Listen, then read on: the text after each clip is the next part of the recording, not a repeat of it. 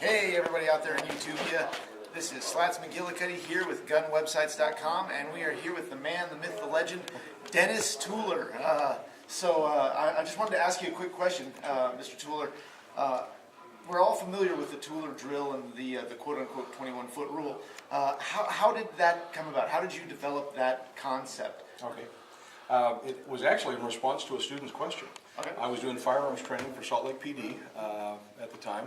This would have been the early 1980s. And during a firearms training class, a student asked about use of deadly force against someone armed with a contact weapon, a knife or a club.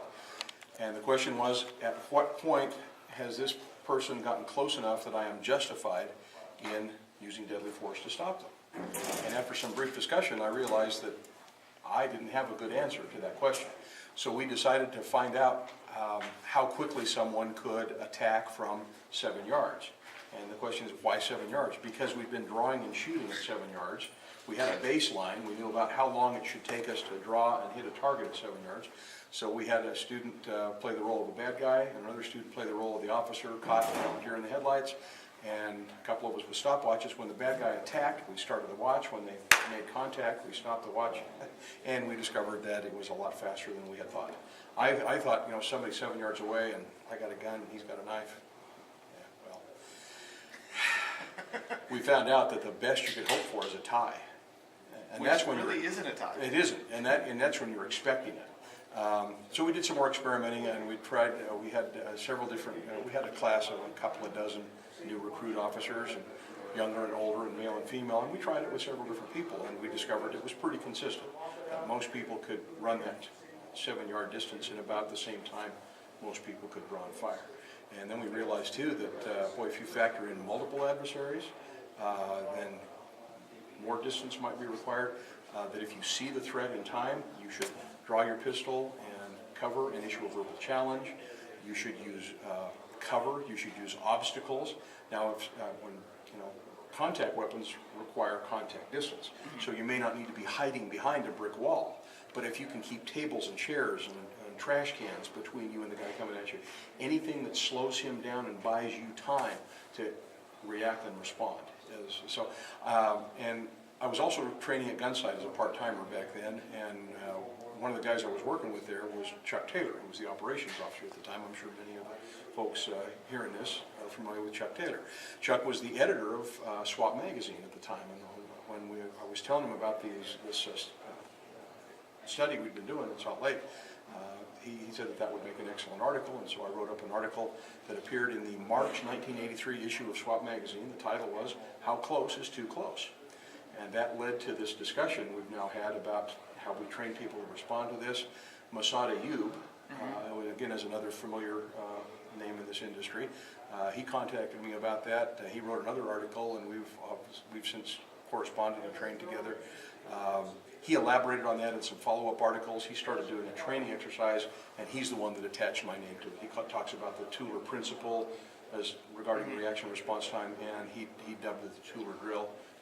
And I appreciate him, giving me the credit there. So, now you mentioned the term 21-foot rule. Can I just elaborate on that for a minute? Absolutely. I'm not quite sure where that crept in there, and it's probably because we used 21 feet in that original article. That original 3 yard or 7 yards. Yeah. But there's nothing magic about 21 feet. We used that because we had a baseline for how long it takes to draw and shoot. The reactionary gap, which is the term Caliber Press uses in their surviving edge weapons training tape, Okay. they talk about a reactionary gap, and that varies depending on your physical ability, how long it takes you to draw, the proximity of they use the term proxemics also, talking about how close the threat is.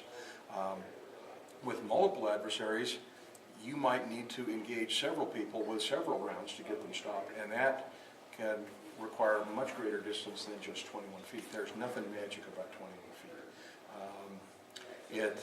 It's reactionary response time. So I want to make sure that... Which could vary wildly. Oh, absolutely. How are you carrying your gun? Find out how long it takes you to draw your pistol from however you are carrying it. Because if it's less than 2 seconds, then somewhere around 20 to 25 feet is a pretty good reactionary gap. But if you're a deep concealment kind of person and it takes you several seconds to clear the clothing or dig in the purse or whatever it is, all that adds time to your response And that means somebody at 40 or 50 or 60 feet can be on top of you in the time it takes you to dig everything out. So it has a lot to do with your own skill and ability and what you know about how long it takes you to respond.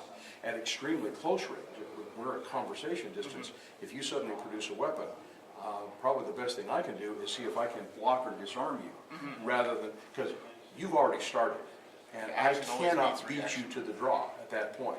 So there are other options to factor in depending on the proximity. But that's kind of where that whole thing all came from, and it's apparently done some people some good. Awesome. Well, thanks, Mr. Tueller. I have another question. Sure. We're up here in obviously not so sunny Cottonwood, Arizona, and we're studying the Glock Armorers course, which was awesome, by the way, and I highly recommend that everybody go through it. How did you get tied in with Glock? I know that you did a whole lot of time with the police department up in Utah. And, how did you end up here? Okay, let's see, quick chronology. Sometimes I wonder, I'm not entirely sure how this all, the stars all aligned. This is a good job for me. Glock's a good company to work for, and it's a solid product. Salt Lake City PD was there for 25 years. I was helping run the firearms training back in the 1980s when Glock first hit the market. Now, I had also been training with Jeff Cooper at Gunsight. I was in one of the original classes there and was one of his part-time instructors. And so learned about semi-auto pistols and the modern technique, and was trying to incorporate that for Salt Lake PD.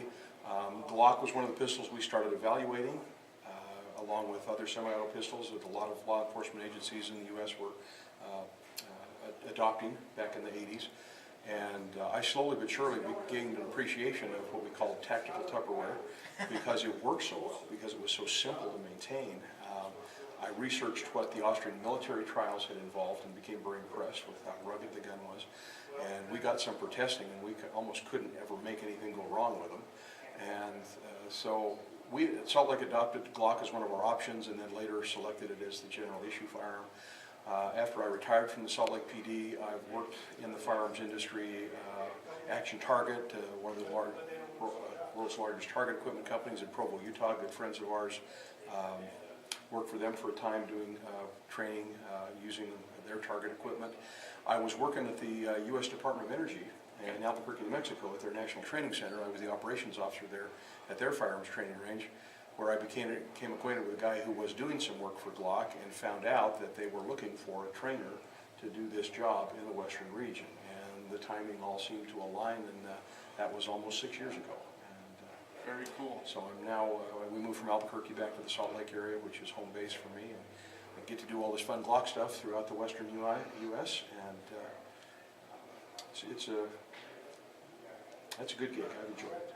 Yeah, we're very fortunate to have you. Well, thank you. Thank you very much. We appreciate it. Pleasure to have you guys here, and thanks for taking a few minutes to clarify some of this historical stuff. No, thank you. So, there you have it from gunwebsites.com, and the man, the myth, the legend, Dennis Tueller.